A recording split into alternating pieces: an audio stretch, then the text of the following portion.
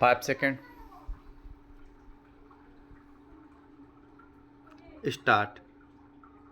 वन्यजीव संरक्षण को लेकर सरकारें और इससे जुड़े महकमे कितने गंभीर है, इसका अंदाज़ा उत्तराखंड के जिम कॉर्बेट बाघ आरक्षित क्षेत्र में बड़े पैमाने पर पेड़ों की कटाई और अवैध निर्माण से लगाया जा सकता है। इस मामले में सर्वोच्च न्यायालय ने तत्कालीन वन मंत्री और उप वन अधिकारी को कड़ी फटकार लगाई है।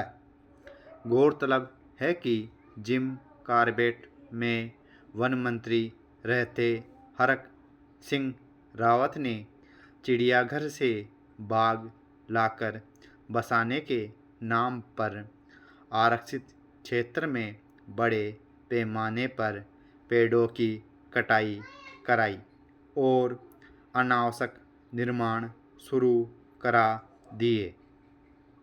उसमें वन मंत्री के चहेते तत्कालीन उप वन अधिकारी और दूसरे अफसर भी शामिल थे।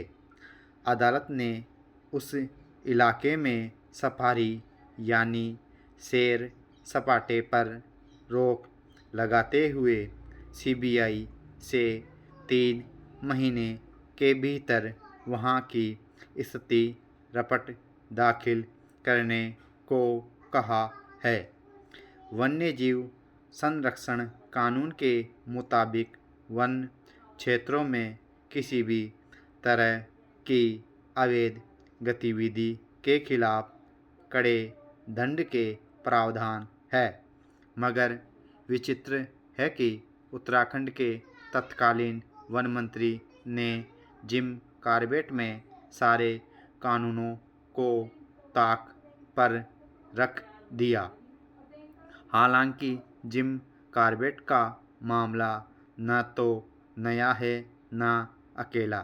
देश में शायद ही ऐसा कोई अभयारण्य, वन्यजीव संरक्षण क्षेत्र या विशेष पशुओं के लिए आरक्षित क्षेत्र हो जहां अतिक्रमण, व्यावसायिक गतिविधियां चलाने और पेड़ों की कटाई आदि की शिकायतें न मिलती रही हो।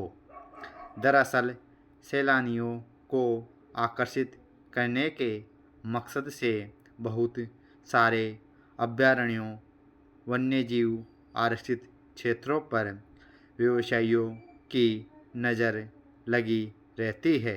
वे सरकार से नज़दीकी गांठ कर उन क्षेत्रों में रहने, ठहरने, मनोरंजन, सैर सपाटे वगैरह के सरंजाम जुटाने का प्रयास करते देखे जाते हैं। अनेक अभयारण्यों से सुरक्षित क्षेत्रों के भीतर अतिथि गृह, मोटेल, रेस्तरां, सफारी, मनोरंजन की जगह बना ली गई है। राजस्थान, मध्य प्रदेश, उत्तर प्रदेश, असम आदि के अभयारण्यों में अतिक्रमण की अनेक पुरानी शिकायतें हैं। उन पर विवाद उठते रहे हैं। अदालत में भी उन्हें हटाने की गुहार लगाई जाती रही, मगर वन अधिकारियों की कृपा से उनके कारोबार पर आंच नहीं आ पाती। जिम कॉर्बेट के बाहरी क्षेत्र में भी ठहरने, मनोरंजन और खान-पान की ऐसी कई जगह बना ली गई है। ऐसी गतिविधियों से उन इलाकों में तेज शोर, रोशनी और वाहनों आदि की आवाजाही के चलते न केवल वन्यजीवों की स्वाभाविक दिनचर्या बाधित होती, बल्कि वे हर समय भयभीत रहते उनके खान पान, प्रजनन आदि के आदतें बदल जाती है। इस तरह अभयारण्य उनके लिए भयारण्य बन जाता है। इससे वन्यजीव संरक्षण का मकसद भी नहीं सध पाता। वन्यजीव संरक्षण के लिए आरक्षित क्षेत्रों में व्यावसायिक गतिविधियां चलाने और उनमें लोगों की आवाजाही बढ़ने से वन्यजीवों का शिकार और उनके अंगों का अवैध कारोबार करने वालों की पेट भी आसान हो जाती है।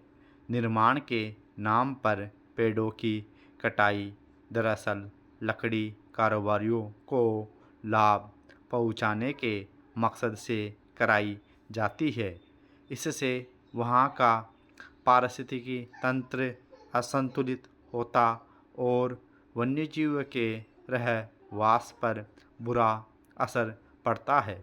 ऐसा नहीं माना जा सकता कि जिम कॉर्बेट में पेड़ों की कटाई और अतार्किक निर्माण कराने से पहले इन बातों की जानकारी मंत्री महोदय और संबंधित अधिकारियों को नहीं रही होगी, मगर उन्हें अपना स्वार्थ सबसे ऊपर नज़र आया।